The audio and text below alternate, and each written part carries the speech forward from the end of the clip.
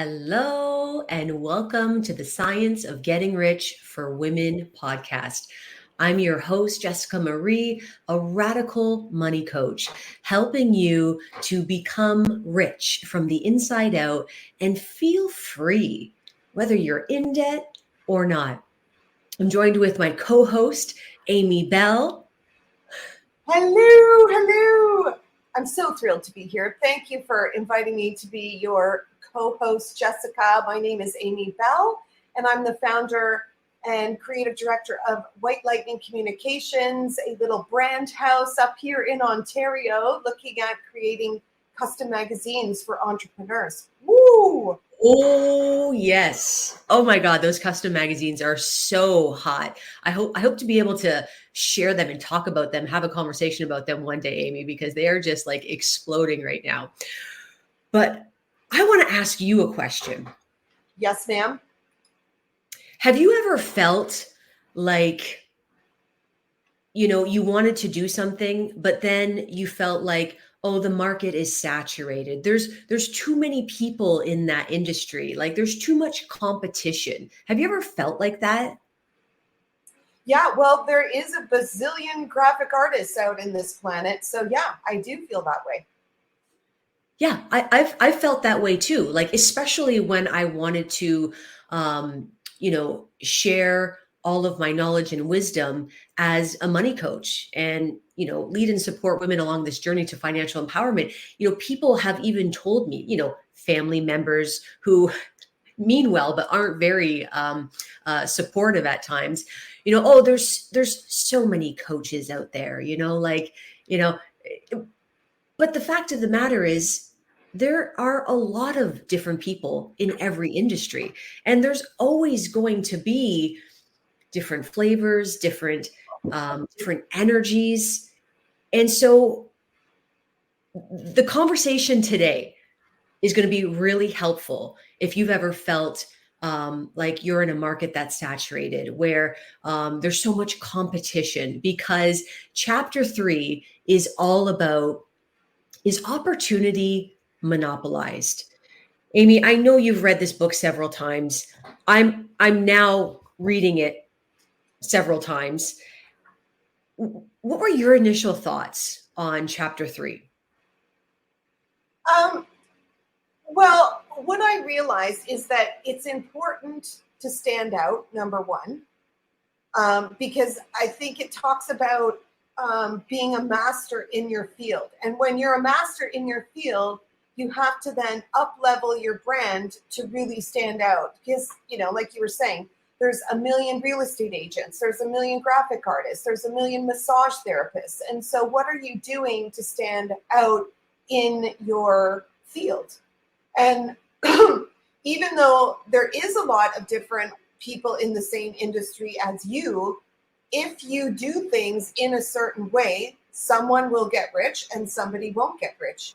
And so that's the only difference. Standing out is doing things in a certain way that will get you noticed more so than somebody else that's doing the same thing in your field. Exactly. And this certain way has not exactly been revealed to us yet, but the book is alluding to this certain way. And this particular chapter is all about the fact that opportunity is not monopolized, that if you will go about doing things in a certain way, you will become rich with mathematical certainty, might I add. The chapter opens up saying that no woman is kept poor because opportunity has been taken away from her, because other people have monopolized the wealth and have put a fence around it. You may be shut off from engaging in business in certain lines, but there are other channels that are open to you. He's referring back when he wrote this book in 1910. Mm-hmm. He's referring to the steel trust and the railroad companies. Now, yes, those industries were monopolized back then, but there were so many more opportunities if you are willing to go with the tide, if you are willing to go with the the growing industries. I mean, today in our world, in North America and our world at large, there are industries in their infancy, like artificial intelligence and personal services. The coaching industry is one of the most fastest growing industries in the world. Like, so many people are wanting to share their unique um, wisdom, knowledge, skills, abilities to support other people. So if you are willing to go with the tide instead of against the tide, there will always be opportunities for your advancement. And if you're willing to do things in a certain way, you cannot lose. Puppies are joining Sorry us. about that. So this goes against completely what we have been told. Like, I every time I read this book, Amy, I feel like I've been told a lie. Like, my whole life I've been told, about this, competition, right? That there's, like, we're all competing, we have to win, we have to step, over people, we have to climb this ladder if we want to be successful. And the more I read this book, the more I'm thinking I've been sold a lie. Like, it's not true, this whole thing that we have to compete with one another, and that there's areas that are saturated and there's no room for us. Do you feel that way? I really do feel that way. That competition, like, check out your competition, get to know what your competition's doing. Even on Facebook, you can go in and highlight certain Facebook pages so you can check out what your competition is doing.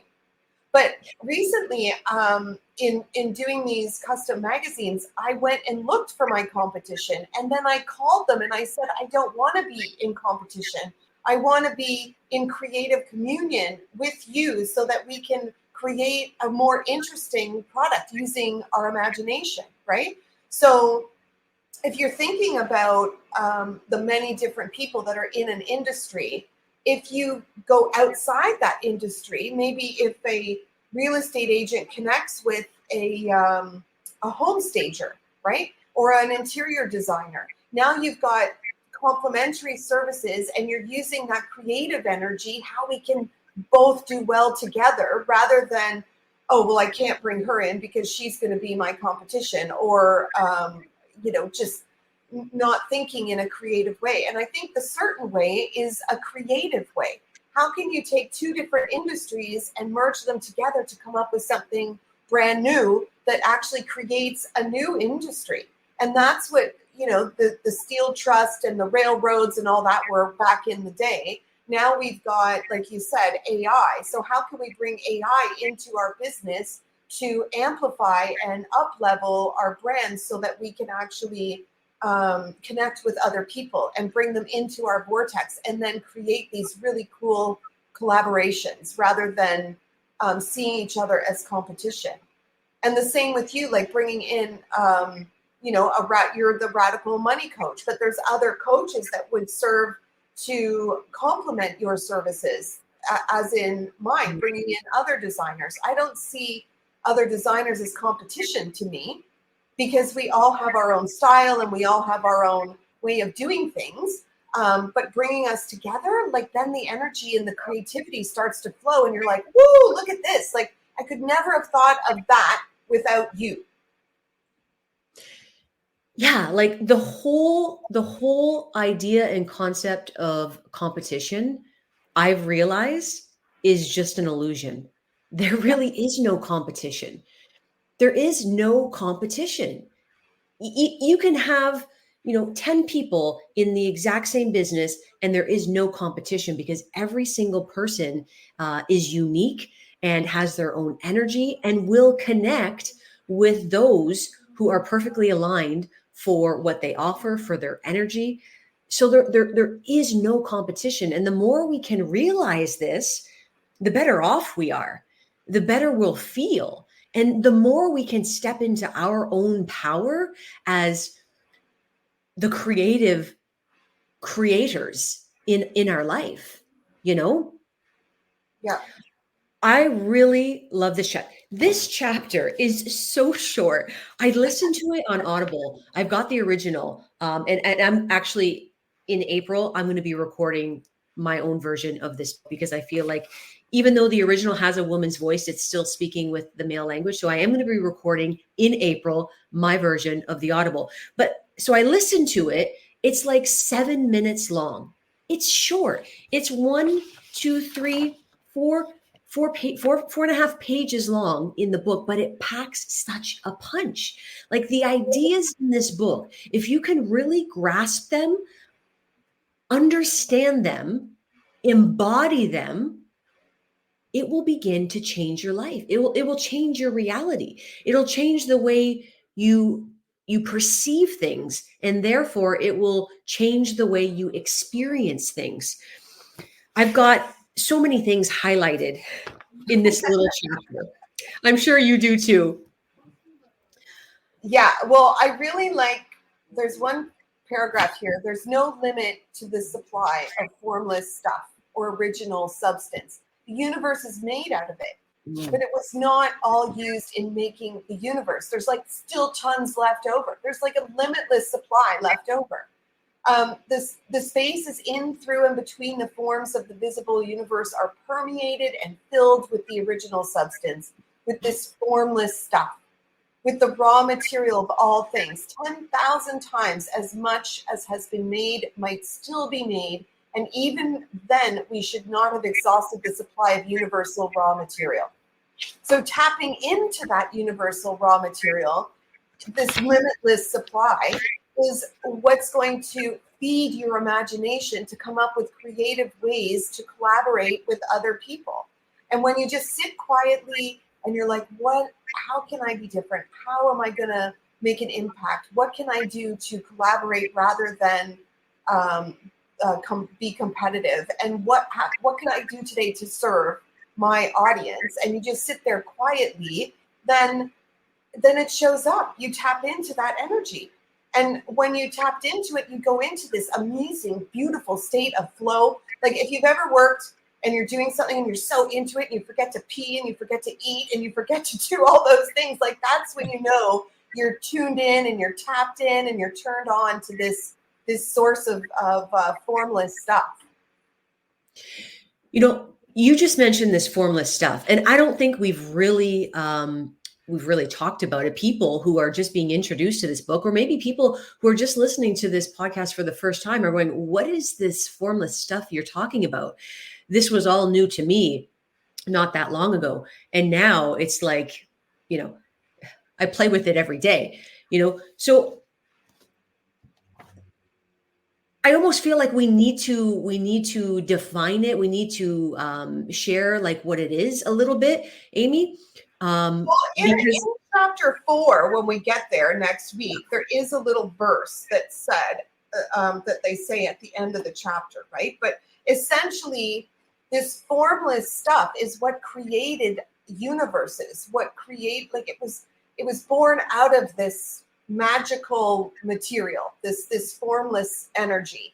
And that is what created everything. That's the sort of premise of what they're talking about here. Whether you believe it or not is irrelevant, because that's what this book is about. That everything is created out of this one energy, including us, including planets, including the sun, including the earth, everything. And so if you can tap into that energy that created the sun, then you can tap into something that will create riches for yourself. And I spent a long time in this book reading and memorizing it, because he says memorize it and put it to memory. And I spent a lot of time just focusing on memorizing it rather than using it, this formless substance. And the moment I stopped, just memorizing it and saying it over and over in my mind, like I'm memorizing the words of a play,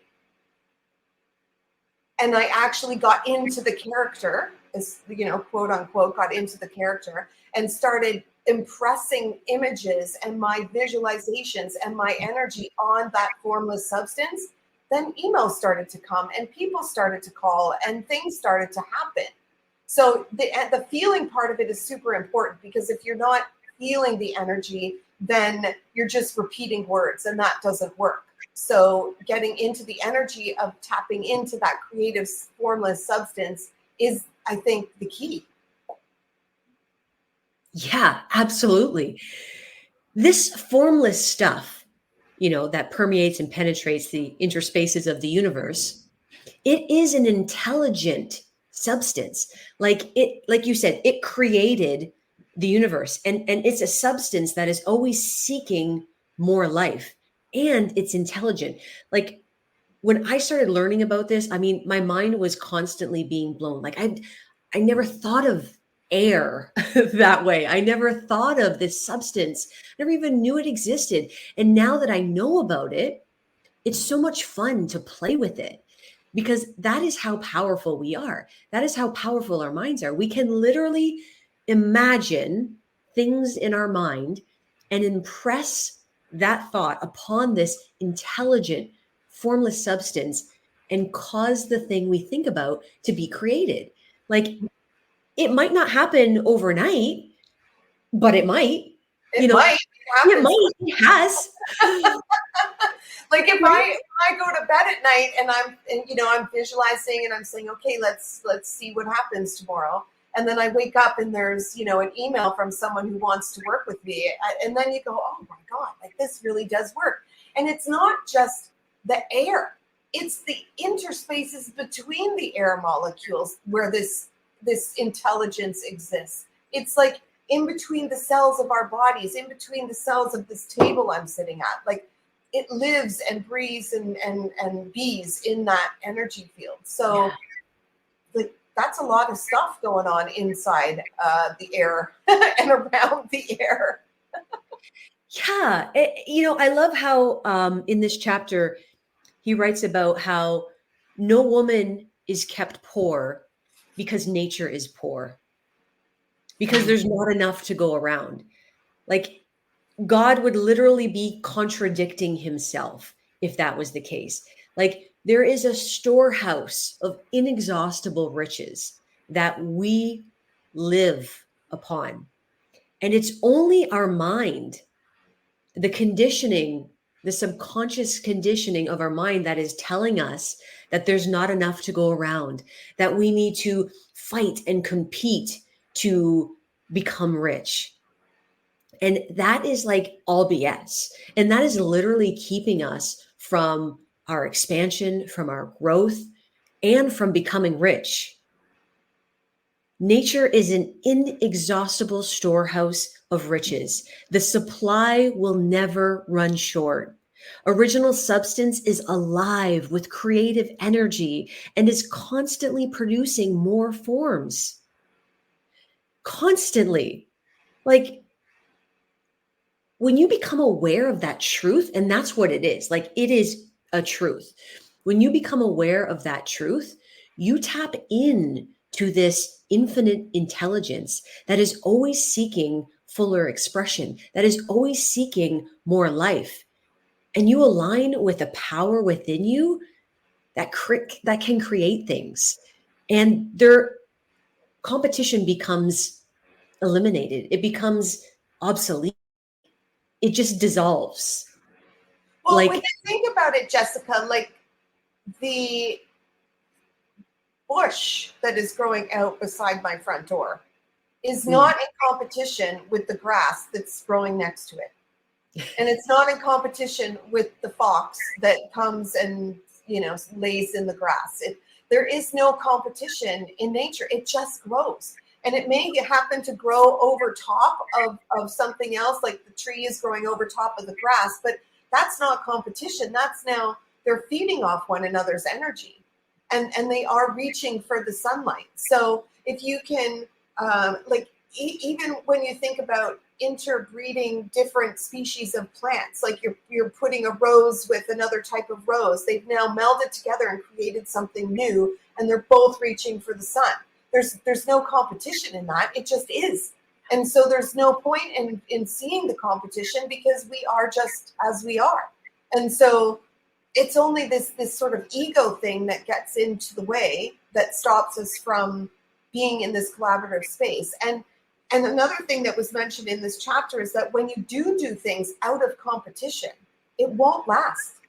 Oh, it's yep. like, I'm gonna be in competition with this other designer. One of us is gonna be out the door, or both of us will be out the door, because that energy is so ugly. And I think a lot of times ad agencies, and you're fighting for airtime, and you're fighting to be seen, and when you're scrolling through Facebook, it's like you've got 2.1 seconds, if it's not even cut in half anymore. Like, you're in competition with every other post that comes up. But no, you put your energy into the post that you want to post, and those that need it and need to find it will find it, and they will stop and pause. But that's not a competition. I don't create posts out of competition to someone else. I create them and put the energy into it, and then those that need to see it, those that are attracted to me, to you, to anyone, are going to find us. It's beautiful. Yeah. Be a tree, people. I love what you just said about nature, Amy, because we as humans at the top of the apex here, having this mind, we're so powerful, but yet we can learn so much from nature. So much from nature. About this whole idea of being in harmony with the universe, and there is no competition. We're all just seeking fuller expression of who we are, which is the divine, which is part of the all that is. This is such a beautiful analogy you made with nature. Be a flower, be a tree. Oh my gosh, that's so good. I love that. I love that. Well, the flower and the tree are great, but you still need to do things in a way that actually brings in the moolah, because we are absolutely. in the body, so we need the cash. But if you are setting out to serve and to give and to be, then those that you need to collaborate with will float into your space, and you just need to have your eyes open and be ready to receive that creative energy that comes to you, and be ready to receive the energy of this formless substance. We're walking around not even knowing it exists, or not even opening our eyes to the fact that, wow, in between the molecules of that thing, there's something that I can use to amp up my own growth level here on this planet. What? Yeah, I know. That's why we're doing this. That's why we're having this conversation, because gosh, the more people who knew this, the whole vibration of our planet is going to be raised. It's changing my life. It's changed your life. I know it's had an impact on so many other people's life. It's the reason why this book is still relevant today, 114 years later. So this whole paradigm of competition, of opportunities being monopolized, is an illusion. It is false. It is not true. And it is actually preventing you from your fullest expression, your greatest expansion. And so as you begin to become aware of this truth now, you're going to start noticing it in your life. Like, now that this has been brought to your awareness, it's like, you buy a red car and then you start noticing all the red cars of the same type, right? Now that it's in your awareness, you're going to start noticing it. And the best thing that you can start doing when you notice it is to interrupt it and replace it with a new code, a new belief, a new story about what's really true, so that it can serve you. You know what I mean? Yeah. Well, if we look at, I was just looking at your summary, and jealousy is a thing that comes along with competition. Oh, yes. And I think that kind of needs to be looked at, because or even feeling defeated, or feeling like, what am I doing wrong here? Like, Jessica and I are both money coaches, let's say, and Jessica is doing really well and I'm over here not doing so great. Or I'm a designer and someone else is doing really well as a designer. And I feel like I'm doing all these things right, but what the heck is wrong? So when they're talking about doing things in a certain way, when I mentioned before that you're just sort of asking the question, what am I doing wrong? What am I not doing? Why am I not as successful as this other person?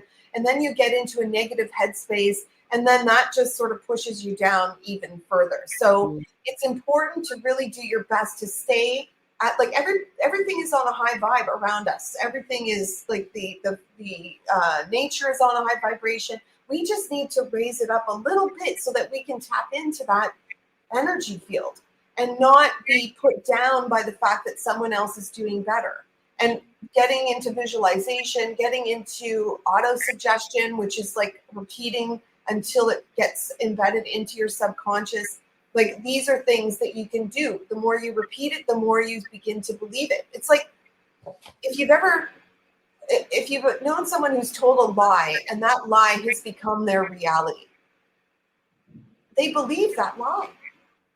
So if you can believe a lie over a period of time, then you can also believe a good lie, a good truth, and then embed that into your subconscious until it becomes your reality. But I think it's just important to realize that you can't look at others as competition or be jealous of what's going on in their vortex, because that's their reality. It's not your reality. You can bring into your reality whatever it is you want to believe. If I believe that I'm going to be successful and I keep repeating that and I'm setting goals and I'm doing it all, then eventually it must be true. It must be true with that feeling. Yeah, exactly. So here is your permission. Here's your invitation. What is it that you desire to do, desire to be, desire to contribute, but feel that, perhaps, there's no opportunity there. The industry is saturated. This is your permission slip to allow yourself to go there, because there is no competition. The opportunities are not monopolized anywhere. You are unique. Your energy is unique. Your skills and abilities are unique. And when you use those to contribute consciously to the collective, there will be those that are in resonance with your energy and that are looking for exactly what it is you have to offer. Amy, is there a particular quote that you would like to share? I've got a bunch of highlights here, but I think ending with like a quote from the book is kind of cool. Well, I like the second last paragraph to this chapter. Nature is formed for the advancement of life. Its impelling motive is the increase of life. For this cause, everything which can possibly minister to life is bountifully provided. There can be no lack unless God is to contradict herself and nullify her own works. So if that's the truth for nature, it's the truth for you. So you are here to constantly advance yourself, to constantly keep the motive for increase of life, essentially. And so everything you do must be for that reason. If it's not, you're dying. Yeah. Oh my gosh. Another great conversation. And we'll be back to next week with another great conversation. Actually, next week is one of my favorite chapters. I think you would agree. Yeah, chapter 4 is a really good one. Yes. Yeah. So good. So come back next week for chapter 4, the first principle in the science of getting rich. Thanks for joining us. We'll see you next week. Bye.